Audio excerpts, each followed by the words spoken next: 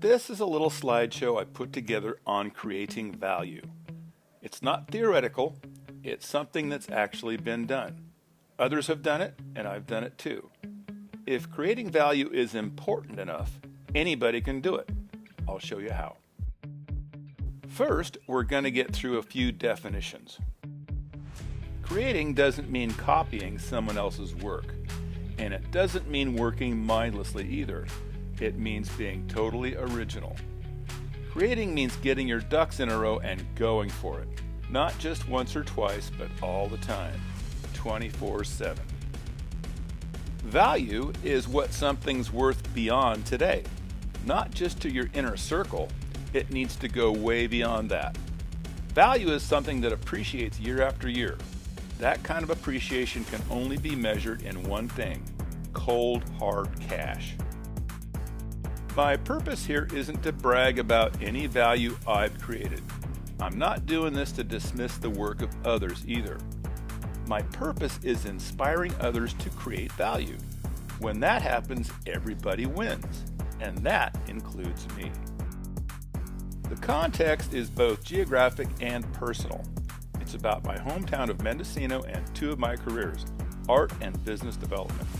It's also about how the outside world views this magnificent place. I live in a place that's known as the Emerald Triangle.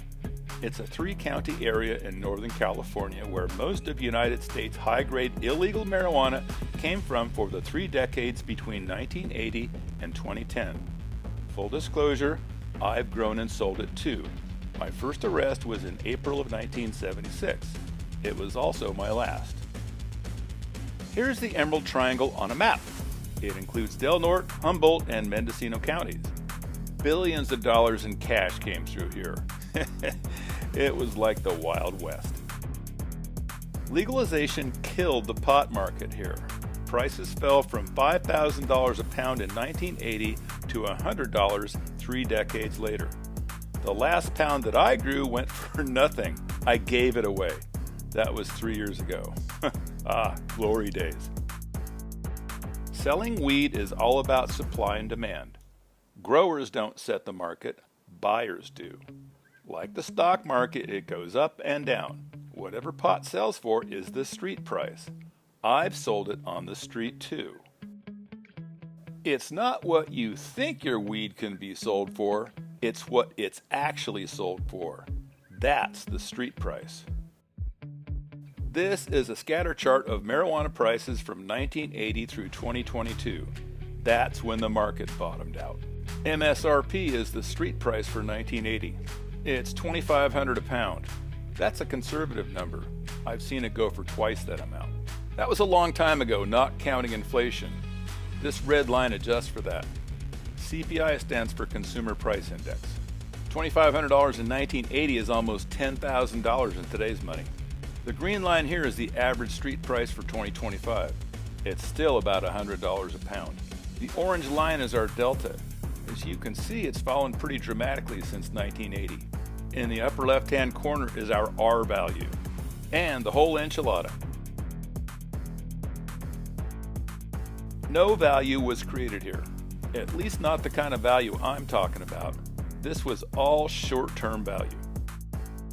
Here we've got Mendocino County for a different kind of value.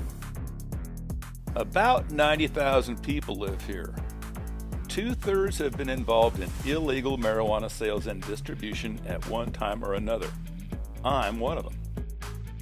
This is a proclamation from our elected officials in 2012. It proclaims that thousands of artists live and work here thanks to the Mendocino Art Center. It's all bullshit. Now for some personal context. My birth certificate. 72 years later, I'm still living at the same address. A nest I'm not inclined to foul. This is me in '63.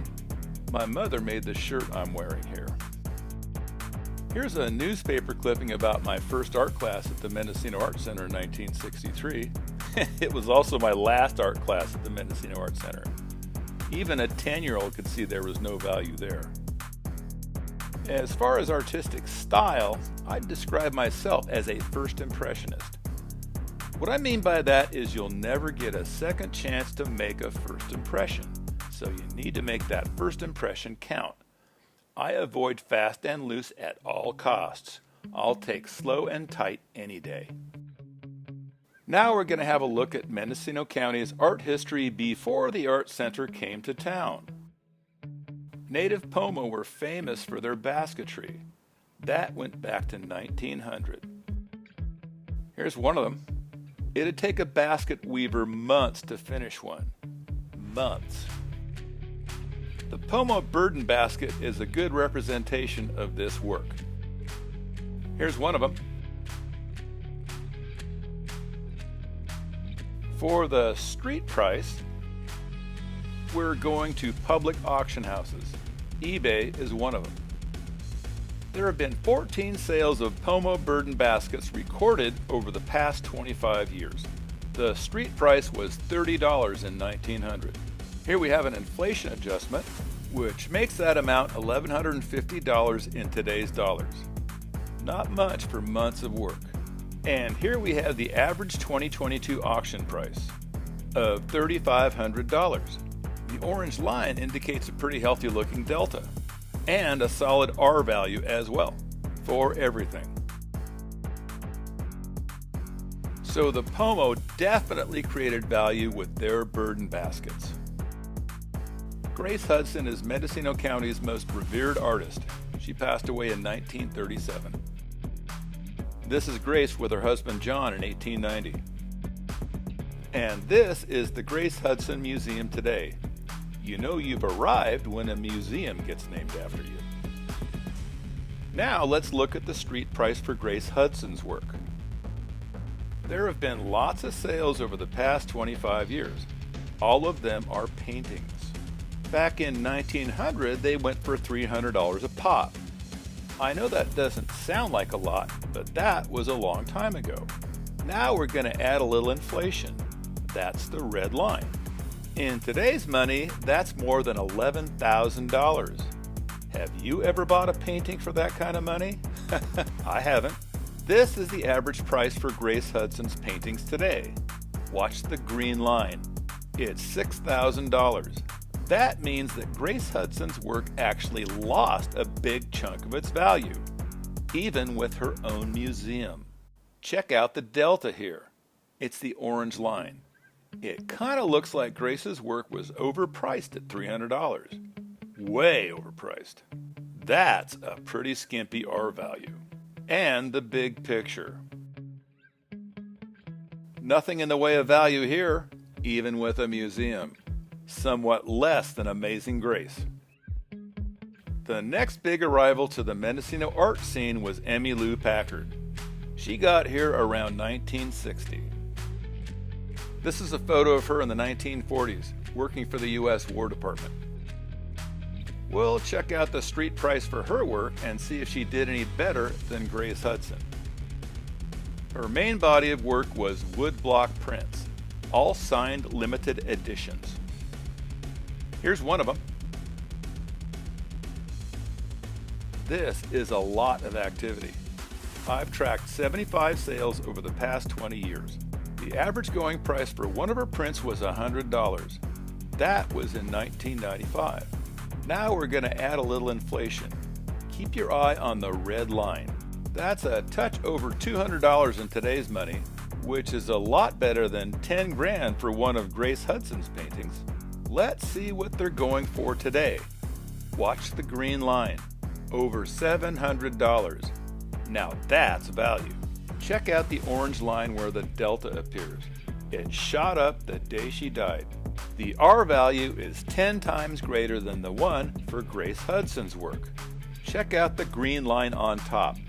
Way on top. Emmy Lou Packard's woodblock prints beat inflation by a country mile.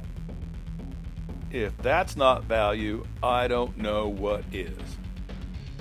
She created originals too, mostly oil paintings. This is a pretty good example. I've tracked 14 sales over the past 20 years. Her originals went for less than $100. That's in 1980. Now we'll see what inflation did to that number. Watch the red line. less than $400. Still pretty affordable. Now we'll see what the average is today. Watch the green line, $1,200. Not bad. The delta shows that Emmy Lou Packard's originals were priced pretty fairly. That's the orange line. And the R value is twice the amount as the one for Grace Hudson's originals. Big picture, green line on top, way on top. That's a home run in my book. With woodblock prints and originals, Emmy Lou Packard created value. In 1962, the circus came to Mendocino. The ringleader was William Zacha. Bill was a friend of mine. I was honored to be a pallbearer at his funeral in 1998. He'd been here for 5 years by then. When Look magazine did a feature article on him, all hell broke loose. The article made him out to be the town's savior. Long story short, he wasn't. Here we'll check out the street price for Bill's work. Most of his work was serigraphy. That's a fancy word for silkscreen printing. This is a pretty good example of a William Zacha serigraph. It's way different than Emmy Lou Packard's woodblock prints. She always put people in her prints. Bill didn't. I've tracked 14 sales of Bill's serigraphs over the past 20 years. Some of that was at public auction houses, some was on eBay. The average going rate for one of his serigraphs was $100. That was in 1990. I know that for a fact because I worked in his gallery and sold them for that. Now we'll see what inflation did to that number. Watch the red line. That's about $250 today. Not a bad price for the man who saved Mendocino, right? Here we'll see what they're actually selling for. Watch the green line. Less than half that amount. It's a little over $100. Now let's check out the delta. It's the orange line. It starts at about $40. Ouch. The R value shows that demand for Bill's serigraphs is improving, but it's still half of what it should be just to keep up with inflation. Big picture, the red line is on top by a lot. No value here. Bill created originals too, mostly watercolors. This is one of Bill's earlier watercolors. Some people call his style loose. I call it sloppy. Sorry, Bill. He painted a shit ton of originals. I could only track 5 of them over the past 2 decades. The going price was pretty disappointing. Bill set the prices for his originals to match those of Emmy Lou Packard. In 1980, they went for less than $100. Let's see what inflation did to the price for Bill's originals.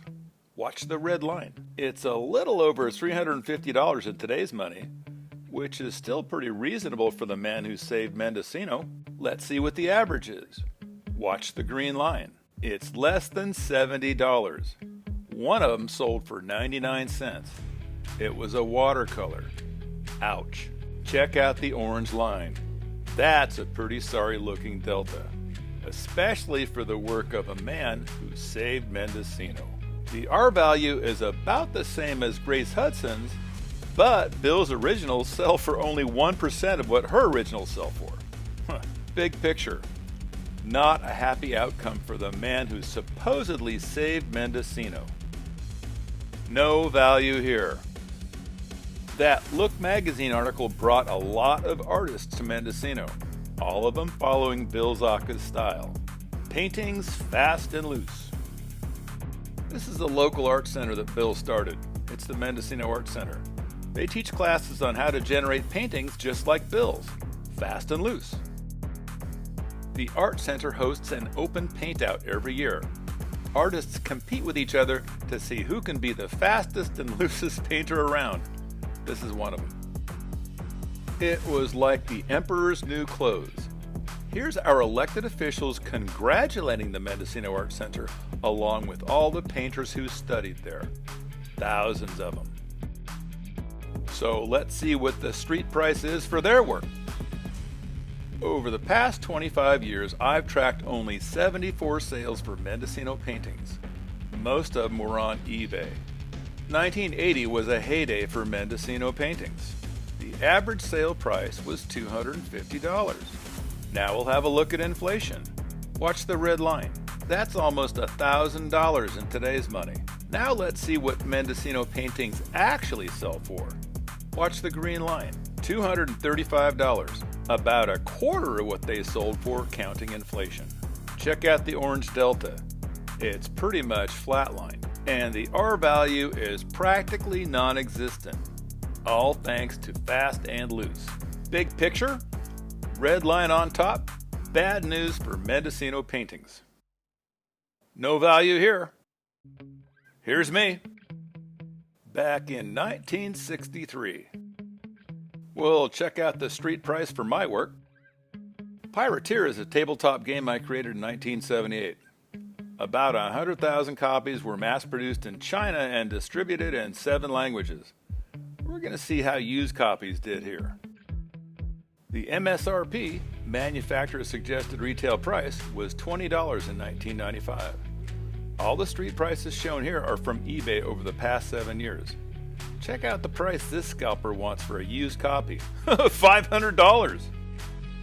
I've tracked 488 individual sales of used Pirateer copies on eBay over that time period. There was nothing fast and loose about this creation. Everything was slow and tight. So was tracking it on eBay. Here's the MSRP. It's the black line, $20. Retailers bought it for half that amount. The manufactured cost was $5. It was distributed through 1,500 mom-and-pop toy stores. I built that distribution one by one on the telephone. Slow and tight. Here's what inflation does to that price. Watch the red line. That makes the MSRP $42 in today's money, but that's for new copies. Now let's look at the average street price. Watch the green line. It's $27. Now for the delta. Watch the orange line. It looks like the MSRP for a used copy is about $8, but it's going up. The R value isn't bad. It sure leaves Mendocino Paintings in the dust. And none of this was signed work. Big picture, the red line is still on top. I'll take a bullet for this one. No value here. We're gonna look at what new Pirateer games have sold for here. This is one from a private collection.